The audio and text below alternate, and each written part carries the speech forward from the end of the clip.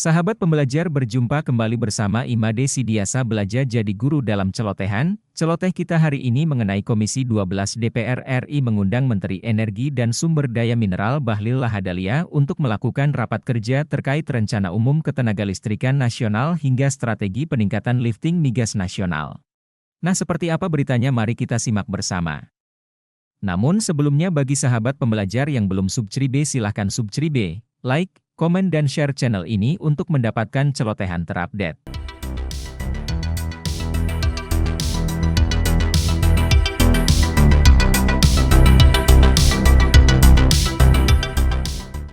Pimpinan, usul konkret pimpinan. Sebaiknya nggak usah dijawab lagi, kita masuk pada draft kesimpulan aja kalau memang ada kesimpulan. Enggak, pimpinan, saya harus jelaskan dulu menyangkut dengan LPG. Supaya tidak ini. Biar ini jelas, kita persilakan kepada Pak Menteri. Nanti yang lain-lain kita bisa bicarakan setelah ini. Baik, pimpinan dan Bapak Ibu anggota Dewan yang saya hormati, menyangkut dengan LPG, kami sebenarnya bermaksud untuk bagaimana melakukan penataan aja. Tidak ada maksud lain. Tapi kalau Bapak Ibu setuju untuk tidak kita lakukan penataan, ayo. Nggak apa-apa. Jadi kalau Bapak-Bapak setuju untuk tidak usah melakukan penataan dengan pola yang seperti ini, nggak apa-apa, kita nggak usah tata, kita jalan aja apa adanya. Kita setuju nggak?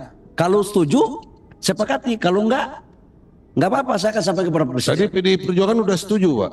Gimana? PDI Perjuangan sudah setuju. Tinggal Bapak tanya sama fraksi yang lain. Nggak, artinya saya mau sampaikan ini beban berat juga. Tapi ini adalah keberanian kita untuk membuat keputusan. Tidak ada barang atau sesuatu yang kita memperbaiki yang tidak seharusnya itu mulus. Pasti ada dinamika. Tapi dinamika ini pilihannya kita mau memperbaiki atau tidak. Risikonya ada. Dan yakinlah, insya Allah apa yang kita lakukan ini untuk kebaikan. Karena apa? Ini barang nggak ada yang langka, semua stok ada. Stok LPG untuk 3 bulan ke depan itu lengkap ada. Jangan lupa like, comment, share, and subscribe. Bye-bye. Cuman distribusinya saja. Yang sekarang dari pengencer, saudara-saudara saya pengencer ini penting. Saya setuju sama teman-teman bahwa mereka ini juga butuh lapangan pekerjaan. Setuju saya. Saya pernah jadi pengusaha UMKM kok, pernah jual kue saya. Saya nggak pingin juga mereka itu susah. Tapi saya juga tidak pingin mereka di apa ya? Ya kira-kira ada unsur-unsur lain lah. Akibat mungkin juga, mohon maaf, mereka tidak teliti. Bapak Ibu kan sudah tahu bahwa terjadi oplosan banyak-banyak. Ini kalau kita biarkan uang 87 triliun ini nyampe. Itu aja kalau saya. Itu satu. Karena itu saya sangat mengapresiasi, berterima kasih untuk kita atas pandangan Bapak Ibu semua terhadap LPG ini kita lakukan penataan. Namun saya juga udah ngomong sama Pertamina. Kami akui kok bahwa ada juga laporan yang masuk ke saya bahwa ada dan lain-lainnya itu. Syarat-syarat dan lain-lainnya berupa UPT. Ada itu. Dan saya udah bilang sama Pak Dirut Pertamina, yang kayak begini nggak perlu kita pelihara dan harus kita selesaikan. Itu saya jujur aja. Saya juga dapat laporan teman-teman pengusaha saya kan banyak. Tapi udah, itu masa lalu. Kita mau menatap masa depan. Nah, terkait dengan ini, menyangkut dengan pengencer, kita naikkan statusnya menjadi sub pangkalan dengan syarat yang minimal mungkin. Tetapi kalau wilayah yang bisa masuk teknologi, kita pakai standar pelayanannya seperti di pangkalan. Tujuannya apa? Supaya kita tahu dijual ke siapa dan harganya. Karena di pengencer itu kan harganya tidak bisa kita kontrol. Inilah kemudian dua soal ini yang menjadi bagian yang kita selesaiin. Jadi Bapak Ibu semua, saya nanti rapat dengan Pertamina habis ini, langsung kita maraton. Kalau memang pengencer-pengencer yang sekarang udah bagus-bagus, udah kita kasih dulu izin sementara untuk naikkan dia sebagai sub pangkalan tanpa biaya. Nggak usah ada biaya-biaya. Tapi interupsi sedikit Pak Menteri. Tapi perlu mereka oleh tim Pertamina mengirimkan tim mentraining mereka menggunakan digital. Pak Ramson. Ya. Ya. Pak Ramson, Biarkan diselesaikan oleh Pak sudah Menteri. pasti seperti itu. Itu pasti. Setiap kebijakan itu pasti ada acuan panduannya yang akan kita kasih. Dan syaratnya pun tidak seberat pangkalan. Itu. Supaya apa? Ini enak semua. Saudara-saudara kita yang selama pengencer bisa mendapatkan jalannya, tetapi juga pemerintah dan Pertamina bisa mengendalikan LPG 3 kilo ini. Terus menyangkut tadi dengan LPG ada warna apa? Pink. Saya tadi tanya Pertamina, nanti Pertamina jawab ya.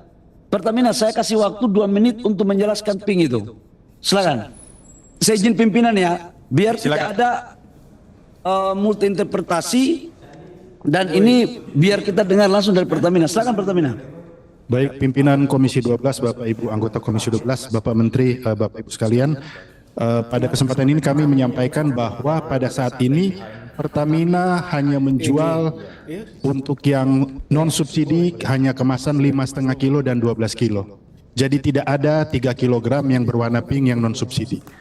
Itu pernah ada pada tahun 2018 ketika sedang melakukan uji pasar dan itu juga hanya dilakukan selama 6 bulan, yaitu 2.000 tabung di Jakarta dan 1.000 tabung di Surabaya untuk melihat pasar kepada kalangan menengah yang tentunya tidak disubsidi dan mendapatkan ukuran yang jauh lebih kecil. Namun itu adalah tahun 2018 sehingga kami sampaikan berita itu adalah berita hoax.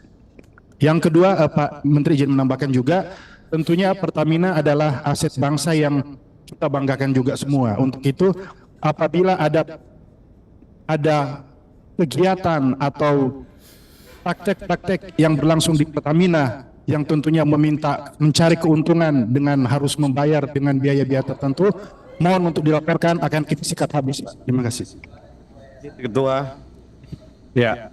Izin Ketua. Ya, silakan. Jadi ini terjadi subordinasi antara Kementerian SDM kan. Jadi saya pikir setiap Kementerian SDM juga harus dalam mengeluarkan kebijakan berkoordinasi juga dong dengan eksekutornya yaitu Pertamina. Pertamina kan penugasan. Ini anggaran subsidi ini melekat di SDM. Jadi ada hal-hal semacam ini. Jadi kasihan juga ntar Pertaminanya yang salah. Seolah-olah Pertamina yang merusak rantai pasok terhadap masyarakat. Jadi ini tolong Pak Menteri, bukan karena Pak Simon separtai dengan saya, tapi saya harus bela juga. Jangan juga kebijakan Menteri SDM tanpa koordinasi diberitahukan, sama kayak tadi kan. Ternyata Pertamina membantah kan. Terkait juga pengecer juga. Yang digebukin Pertamina kan. Di lapangan seolah-olah Pertamina yang salah. Kan ketika ada kelangkaan padahal ininya apa LPG-nya ada gitu loh. Jadi saya pikir ke depan ini Dirjen Migas baru tolonglah regulator dan eksekutor itu saling berkoordinasi gitu loh. Jangan jalan masing-masing. Itulah butuhnya kita koordinasi antar sesama itu. Pimpinan, saya boleh lanjutkan dulu pimpinan? Ya, silakan Pak. Baik, itu sekedar penjelasan tambahan. Kami dengan Pertamina selalu koordinasi, nggak ada yang tidak dikoordinasikan. Lupa like, comment, subscribe, dan share. Semuanya berjalan baik, bahkan saya sama Pak Simon ini hampir tiap hari kita ngobrol. Pak Rifa itu dengan dirjen saya ngobrol terus, sampai saya mau kesini aja masih telepon Pak Rifa. Jadi Pak Bambang, insya Allah semua ini dalam kerangka yang baik. Sebenarnya di antara kami koordinasinya bagus. Contoh menyangkut dengan 3 kg. Memang Pertamina nggak pernah mengeluarkan. Itu 2018. Tapi ini kan seolah-olah bahwa ada. Nah jawabannya seperti apa teman Bapak Ibu semua udah tahu.